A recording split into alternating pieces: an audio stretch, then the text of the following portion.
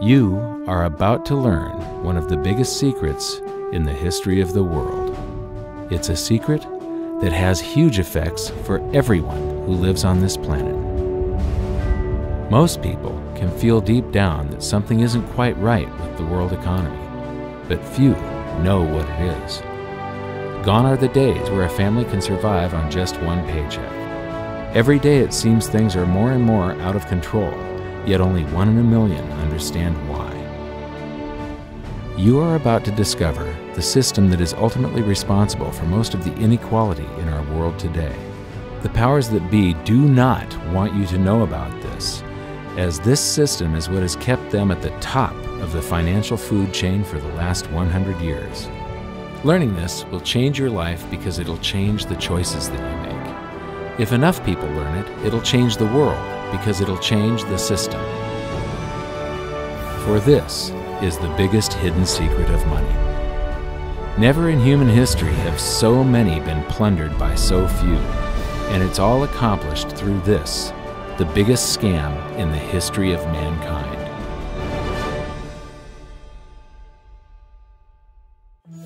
They say that money doesn't grow on trees, but the truth is that the modern banking system creates currency far faster than trees can grow.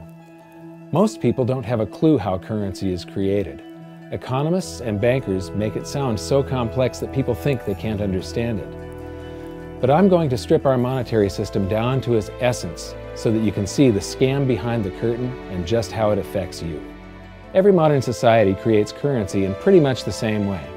But since the US dollar is the majority of the world's currency, I'm going to use the United States as our example. It all starts when some politician says, "Vote for me and I'll make sure the government provides you more free stuff than my opponent will." But there's no such thing as a free lunch. So to provide that supposedly free stuff, the politicians vote for the country to spend more than its income. This is called deficit spending. To pay for that deficit spending, the Treasury borrows currency by issuing a bond. So what's a bond? If you think about it, a bond is really nothing but a glorified IOU. It's a pretty piece of paper with numbers printed on it that says, "Loan me $1 trillion today, and I promise over a 10-year period I'm going to pay you back that $1 trillion plus interest." But what you need to understand is that Treasury bonds are our national debt.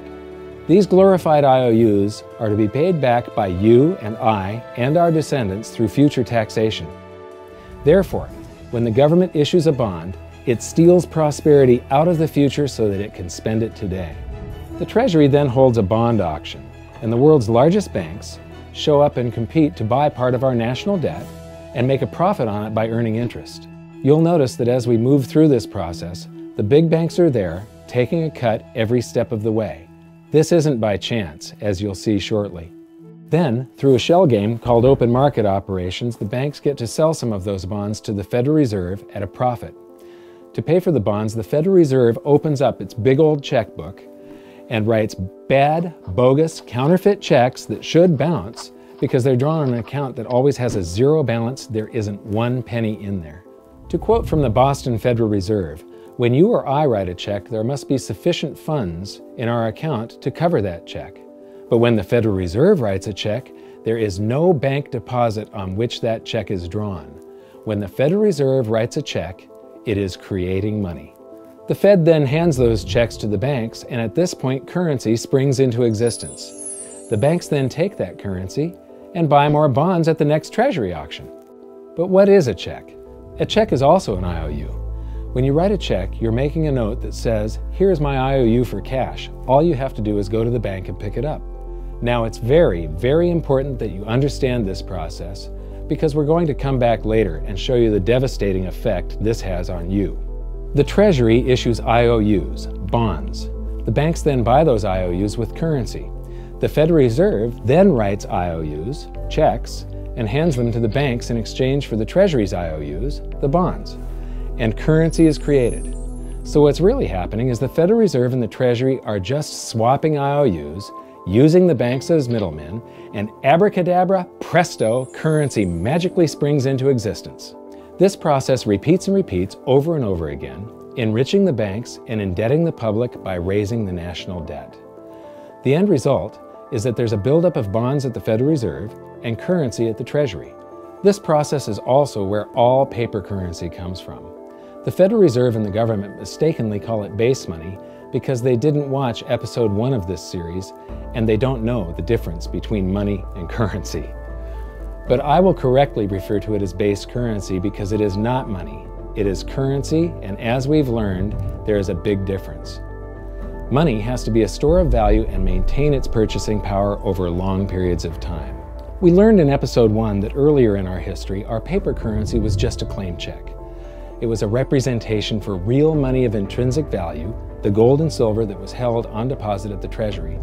You could walk into any bank and slap your currency, like say a $20 bill, on the counter and redeem it for real money, a $20 gold piece. But now, this base currency that's piling up back here is really nothing but a receipt or a claim check on an IOU, that bond. So it's really nothing but a supply of numbers. The Treasury then deposits the newly created currency into the various branches of the government, and the politicians say, "Hey, thanks for that." And the government does some deficit spending on public works, social programs, and war. The government employees, contractors, and soldiers then deposit their pay in the banks.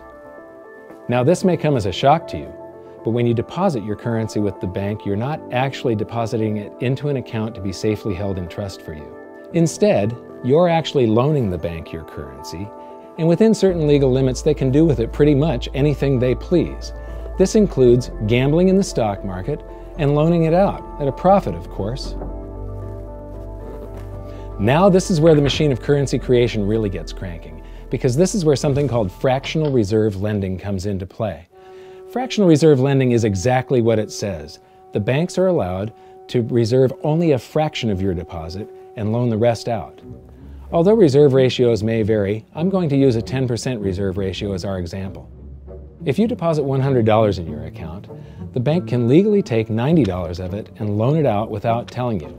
The bank must hold $10 of your deposit in reserve just in case you want some of it. These reserves are called vault cash. But why does your bank account still say you have $100 if the bank has stolen $90 of it? Because the bank left IOUs it created, called bank credit, in its place. Now I know this sounds crazy, but here it is in black and white from the Fed.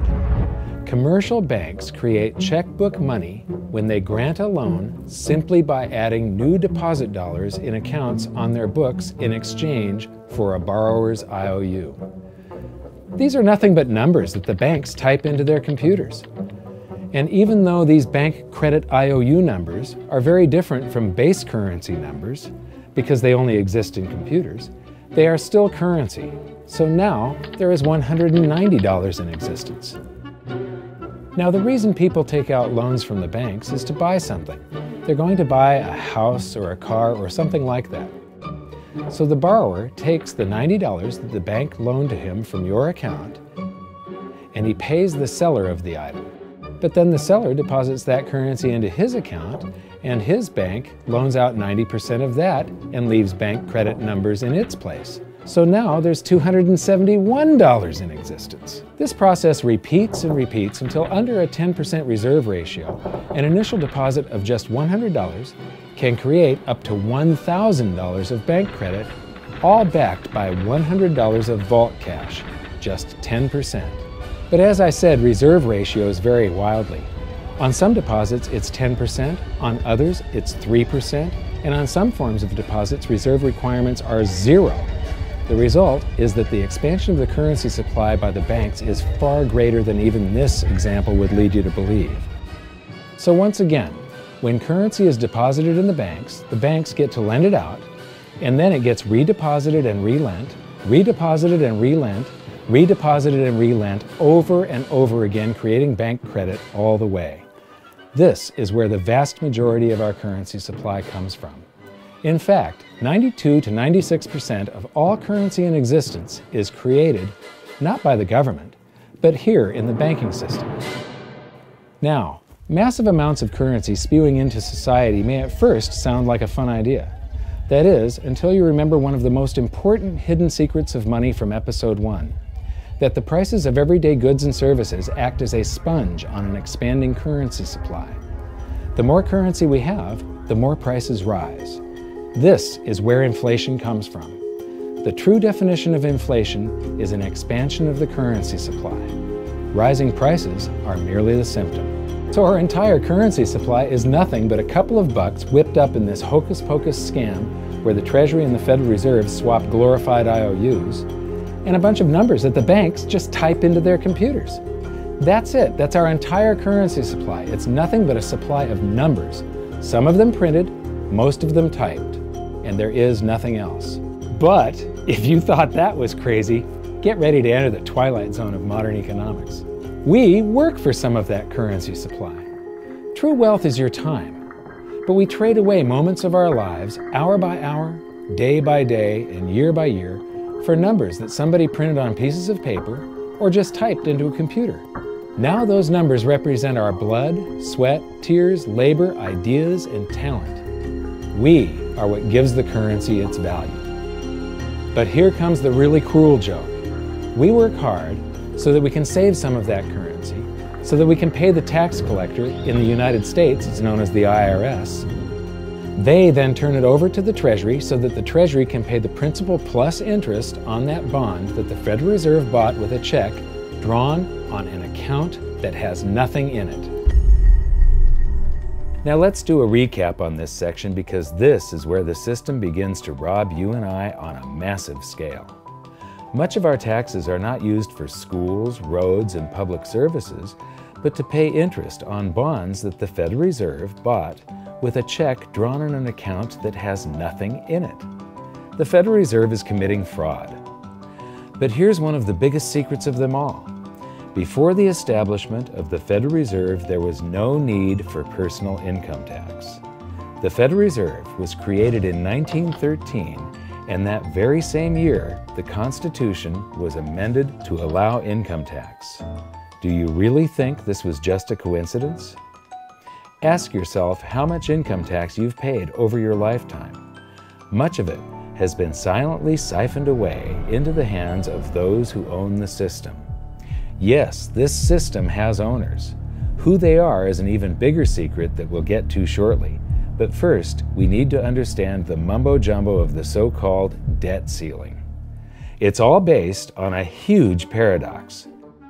There was interest due on that bond, and there was interest due on every one of those loans that the banks made. That means that there is interest due on every dollar in existence. Let me ask you something. If you borrow the very first dollar into existence, and that's the only dollar that exists on the planet, but you promise to pay it back plus another dollar's worth of interest, where do you get the second dollar to pay the interest? The answer is that you have to borrow that one into existence and promise to pay it back with interest as well. So now there are $2 in existence, but you owe $4, and so on and so on.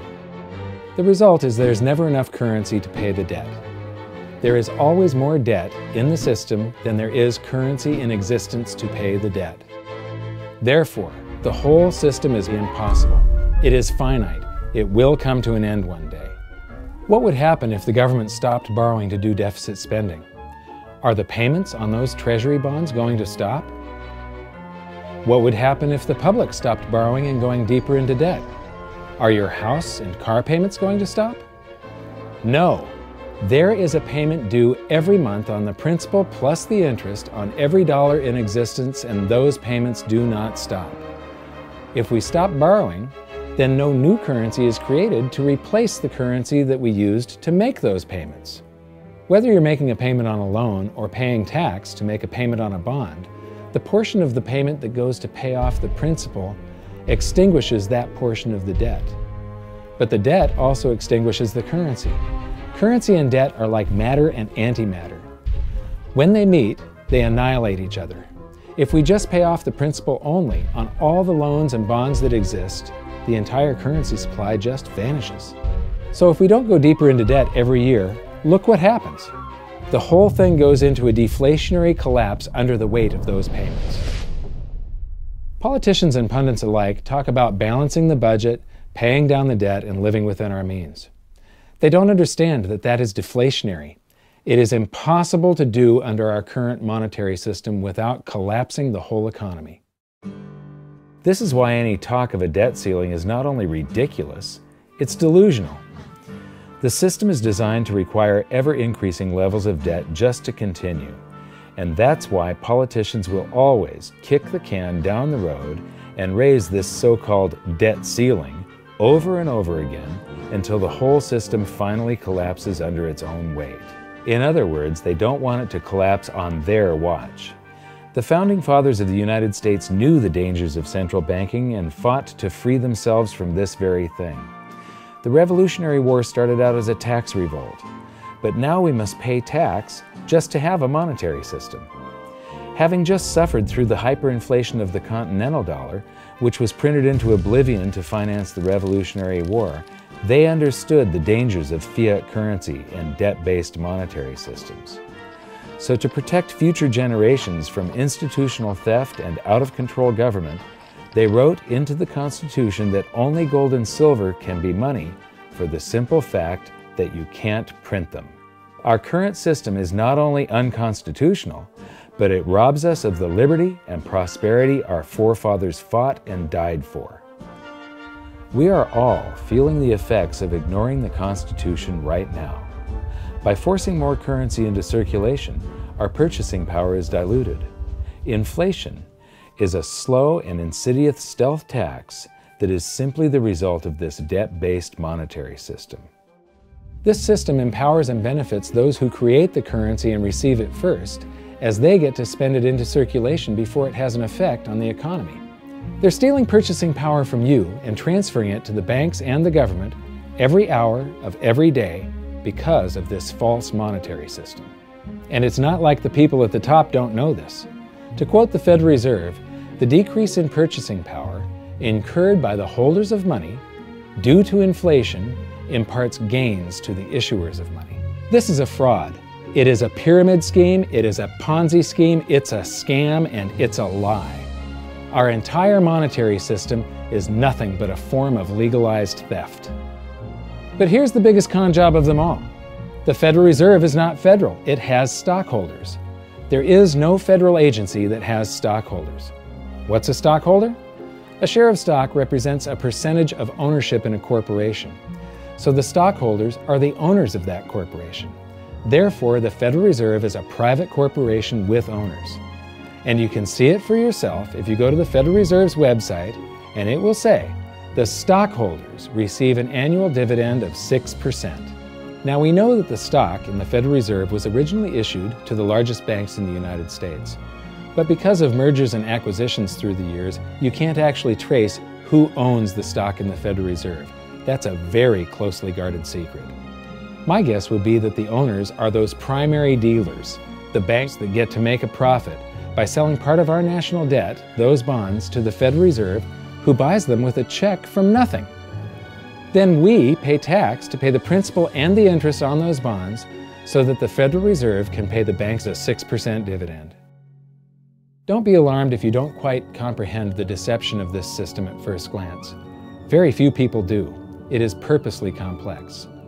The economist John Maynard Keynes once wrote, "By this means, government may secretly and unobserved confiscate the wealth of the people, and not one man in a million will detect the theft." I believe that presented correctly, anyone can understand this system, regardless of how complex it is. So let's do a recap and break it down even more. The way the system works is that, step 1, the government creates glorified IOUs. These bonds increase our national debt and put the public on the hook to pay it back. Step 2, IOUs are swapped to create currency. The Treasury sells the bonds to the banks. The banks then turn around and sell our national debt at a profit to the Federal Reserve, which they probably own. The Federal Reserve then opens its checkbook that doesn't have a penny in it and buys those IOUs with IOUs that it writes, checks, on a checking account that has a zero balance. Then they give those checks to the banks and currency just springs into existence, and then the whole process repeats. This results in a buildup of bonds at the Federal Reserve and currency at the Treasury, which is really just a supply of numbers. The Treasury then deposits the numbers in the various branches of the government, and we get to step 3. The government spends the numbers on promises, public works, social programs, and war. Then the government employees, contractors, and soldiers deposit their pay into the banks. And we get to step 4, where the banks multiply the numbers by magically inventing more IOUs through fractional reserve lending, where they steal a portion of everyone's deposit and lend it out. That currency gets redeposited, and then a portion is stolen again. And the process repeats over and over, magnifying the currency supply exponentially. Then we work for some of those numbers, which brings us to step 5, where our numbers are taxed. We pay tax to the IRS, who then turns our numbers over to the Treasury, so the Treasury can pay the principal plus the interest on bonds that were purchased by the Federal Reserve with a check from nothing. Then we get to step 6, the debt ceiling delusion. The system is designed to require ever-increasing levels of debt and will eventually collapse under its own weight because politicians always kick the can down the road. They don't want it to collapse on their watch. And finally, step 7, the secret owners take their cut. The world's largest banks own the Federal Reserve. Those banks make a profit selling our national debt to the Fed. They make a profit when the Fed pays them interest on the reserves held at the Fed, and the Fed pays them a 6% dividend on their ownership of the Fed. This system is fundamentally evil. It funnels wealth from the working population to the government and the banking sector. It is the cause of the artificial booms and busts of modern economies, and it causes great disparity of wealth between the rich and the working class. And it is only possible because we no longer use real money, we use currency. But worst of all, it is a form of enslavement. Bond is the root word of bondage. Whenever a government issues a bond, it is a promise to make us pay tax in the future. Nobody asked you if you wanted to pay tax today for the prosperity we all enjoyed in the last century. Nobody is asking our children if they want to work hard in the future to pay for the prosperity we're enjoying now. George Washington once wrote to James Madison, "No generation has the right to contract debts greater than can be paid off during the course of its own existence." By stealing prosperity from tomorrow so we can spend it today, we enslave ourselves and future generations. Now this all sounds pretty bad, but there is great hope, for you are the greatest threat to this false monetary system. This system relies on the public being ignorant of its workings. Please share this knowledge with everyone you know, because an informed public that fully understands the system can build a better future for generations to come. And now I leave you with this quote, widely attributed to a former director of the Bank of England. The modern banking system manufactures money out of nothing. The process is perhaps the most astounding piece of sleight of hand that was ever invented. Banking was conceived in inequity and born in sin. Bankers own the earth. Take it away from them, but leave them the power to create money and control credit, and with the flick of a pen, they will create enough money to buy it back again. But if you want to continue as the slaves of bankers and pay the cost of your own slavery, let them continue to create money and to control credit. This is the Federal Reserve in Washington, D.C. It's located on Constitution Street, and that is just as much of a joke as the New York Fed being located on Liberty Street. Both of them are unconstitutional, both of them limit our liberty, and they transfer wealth away from us every second of every day to the Federal Reserve, to the government, and to the banking sector. You are now among the 1 in a million who can detect the theft of your prosperity. So the big question is, what can you do about it? 1. Watch this video until you can describe and teach it to others. Those who understand this system can make preparations for its unavoidable collapse and protect themselves. History shows that those who don't will probably be wiped out. 2. Share this video with everyone, especially those you care about. All it takes is a mouse click or two to get this message in front of millions. Post this video on Facebook, tweet it, email it to loved ones. Please share it wherever you can. 3. Join the conversation. The current world monetary system is based on a 300-year-old design meant to enrich a few at the expense of the many. There must be a better way. At hiddensecretsofmoney.com, we've created an open-source platform for the design and development of a new world monetary system. We're calling on every economist, every student, every college, every bright mind, and anyone who cares to join the discussion. In educating ourselves and each other, we can prevent the further loss of our freedoms and maybe, just maybe, win some of them back.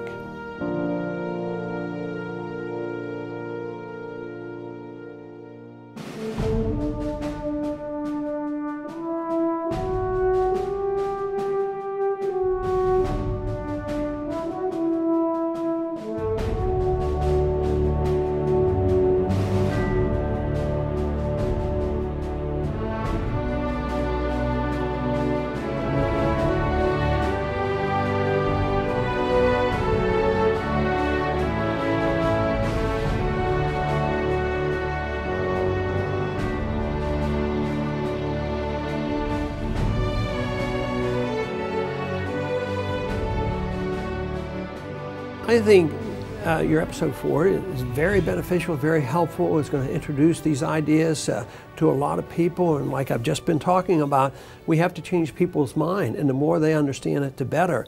And I think we're at this point now where more people in the last several years, 4 or 5 years, have thought about the Fed than they ever have in the previous 95 years. So I think an explanation and diagrams to show it is very helpful, because quite frankly, they're not going to get it in their grade school. They're not going to get it in their high schools. They're not going to get it in college unless they're in a very rare circumstance to understand how this works.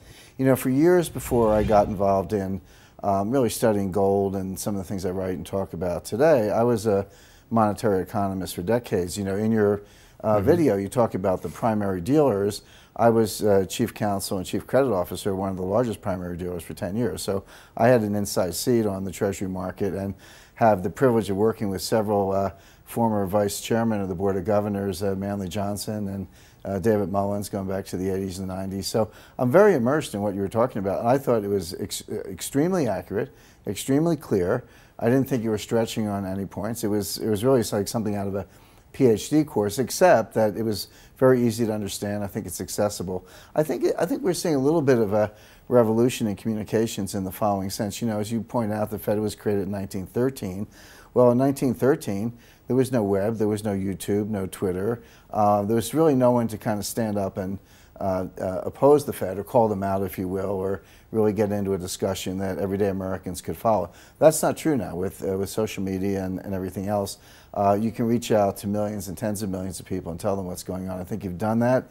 You've done it successfully. I applaud it. I think this is a great video. I look forward to seeing it again. I know millions of people will enjoy it.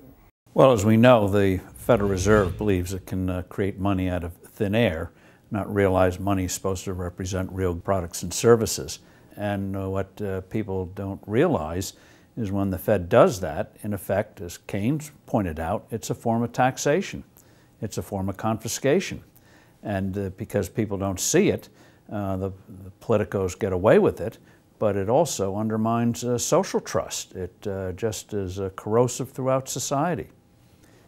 We're going to have a lot of turmoil in the coming years, but it's going to be the kind of turmoil that leads to positive things. So don't despair. Get out there and fight, because the tide is going to turn. This is going to be the statist's last stand. Thank you. This episode of Mike Maloney's Hidden Secrets of Money was brought to you by GoldSilver.com and the new Silver Pegasus Round. To learn how to protect your family and turn the coming economic storms into opportunity, visit GoldSilver.com.